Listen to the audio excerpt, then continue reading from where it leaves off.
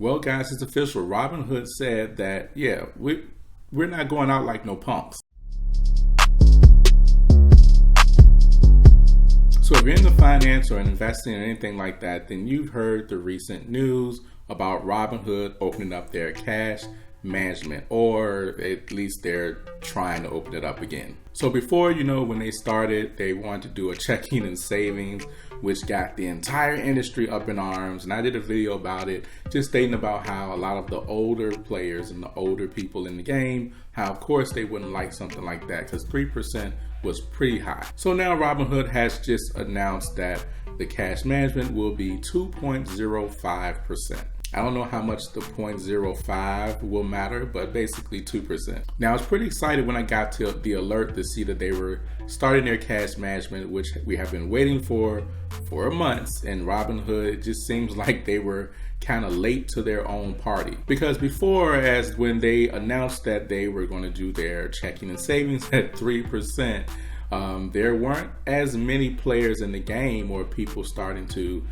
put themselves out there to say, hey, we're offering this rate, we're offering that rate. Now, the reason why they're offering 2% instead of the 3% has nothing really to do with them per se, but our government, the interest rates have been lowered. So not only them, but all of our, trusted and most popular ones with these 2% interest accounts have started to drop their rates. As Ally, Wealthfront, they've all dropped their rates. Now, the thing about their 2% interest rate is that they're actually going to be paying out interest every single month. So most places you have to wait once a quarter to see anything, but here they're going to be paying interest every single month, which means that your account, your money will actually be generating interest just about every single day. So with $10, it may not matter as much, but if you're depositing thousands of dollars, $10,000, $100,000, then you will see a difference. Now, the great thing about this is before it was a little bit sketchy on how they were going to insure the money because they called it a checking and savings, and then those that they're a partner with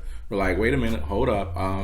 We never said anything about checking and savings. So basically it's a cash management. So what does that mean? Pretty much the money that you would have sitting in your account that's uninvested. So if you have a Robinhood account right now and you just got money sitting around, waiting for some type of, stock or something to happen, then guess what? Pretty much your money is just sitting there and it's not gaining any interest whatsoever. However, if you opt into their program, your money will be swept into an account, and that's where you will start to get your interest. So just to name a few of the banks that are within their program, you have Goldman Sachs, you have Wells Fargo, you have US Bank, just to name 3 of them, and pretty much they're all FDIC insured. So that means $1.25 million of your money can be insured with Robinhood or through the program banks, that will be, sweeping accounts. So basically you'll be able to see all your money in one place. Now, the flip side, if your money is just sitting within the account and it's not a part of the cash management program, then it is SIPC insured, which is up to $500,000. So there's that. So now here's the thing. It just kind of seems like Robinhood is a little late to its own party.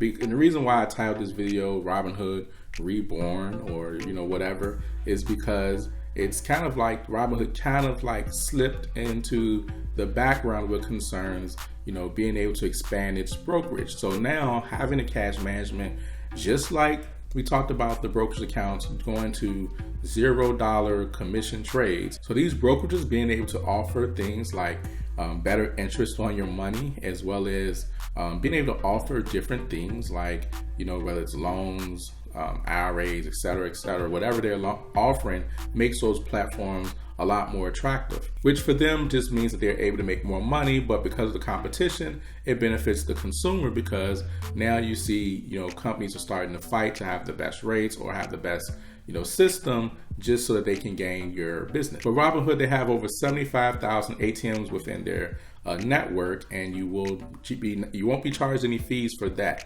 However, outside their network, there may be a fee, and there is no reimbursement fee. Now, if you've been watching the market, then you know that there are some other companies out here that actually do reimburse you for fees, companies like SoFi. But 75,000 is still a large number, and it's rare that someone will probably use anything outside of their network, but it's definitely possible. So all in all, the cash management system now combines your brokerage and like banking into one. So it's almost like you don't have to wait as long for money, because the traditional setup is like, say if you have a brokerage and you sent money to the brokerage, it would take 2 to 3, maybe even 5 days for that brokerage to get your money before you can do anything with it. So that means if you're trying to make an investment, you might be late because it just took so long to get the money. And then the flip side, if you were to sell stocks and you want to cash out and get some money, then it would take just as long. But with companies like Robinhood, who once you deposit money, it shows up the next day, but meaning that you can actually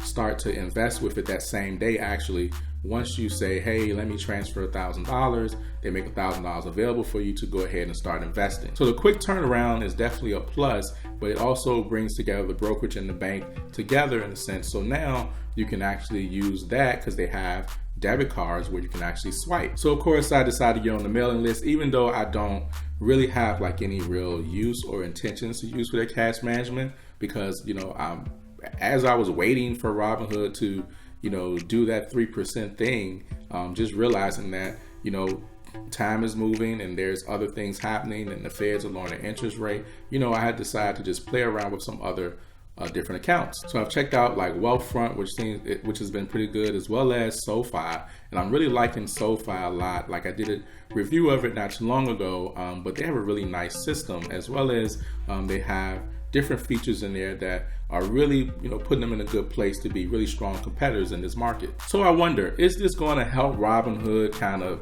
stay on the top or ahead of the curve, or are they kind of late to something they already started? You get what I'm saying? Like late to something that they already started. They started it, but they didn't keep up, and so they're kind of behind now. So let me know what you think about the whole Robinhood cash management thing. Are you on the waiting list? Are you down for it? Because one of the things that we're definitely sure of is that Robinhood had to make this announcement based off of the announcement that just happened, less than a week ago with E-Trade and TD Ameritrade and Schwab, all of them saying, hey, 0 commission trades. So I'm sure Robinhood was in the boardroom saying like, hey guys, we gotta hurry put something out there. We gotta get a waiting list. We gotta do something. We gotta get this information out there. I mean, what are we doing? Can we make this happen today? We can't make it happen today. We're falling behind. We need to do something. I'm sure they were scrambling because that type of news can generate a lot of momentum for these companies, and it can damage a business's business. However, Robinhood, they're very mobile friendly. As I stated in my last video, a lot of those older companies, they're not mobile friendly, and we live in a very mobile centric or mobile sensitive community and society nowadays. So I don't really think that maybe Charles Schwab, E-Trade, and all of them are really putting a hurting on Robinhood, but I could be wrong. But all in all, it's good to see that they finally made a move, and now they need to make sure they come through with this waiting list, because this is like the second time that they've had like a waiting list for their cash management or checking account. So here it is where they have to show up and do what they say, because if they're not able to produce this, it's definitely going to hurt and damage their reputation and their business. Even though they were a company that kind of started the whole thing, you don't want to keep putting information out there and then having to keep going back with having excuses and et cetera, because just as we've seen other companies make changes, we're going to see more and more and more and more changes happening that all in all will generate business for those businesses. They will get more customers, but also it will also be very beneficial to those of us that are consumers. So guys, I hope this has been a helpful or insightful video. I'm just talking to you, just going through my thoughts about Robinhood and just trying to process to see how this thing is going to go. I love to see how everything is happening, because like I said, it benefits the consumer, the person that's using it, you and I. And so I love to see that competition, because I know that means that some good things can come out of it. But hey, drop some comments below. Let me know how you feel about Robinhood, or if you're using them, and what you think that could possibly happen with them. You guys enjoy your day, and I'll see you in the next video. Peace.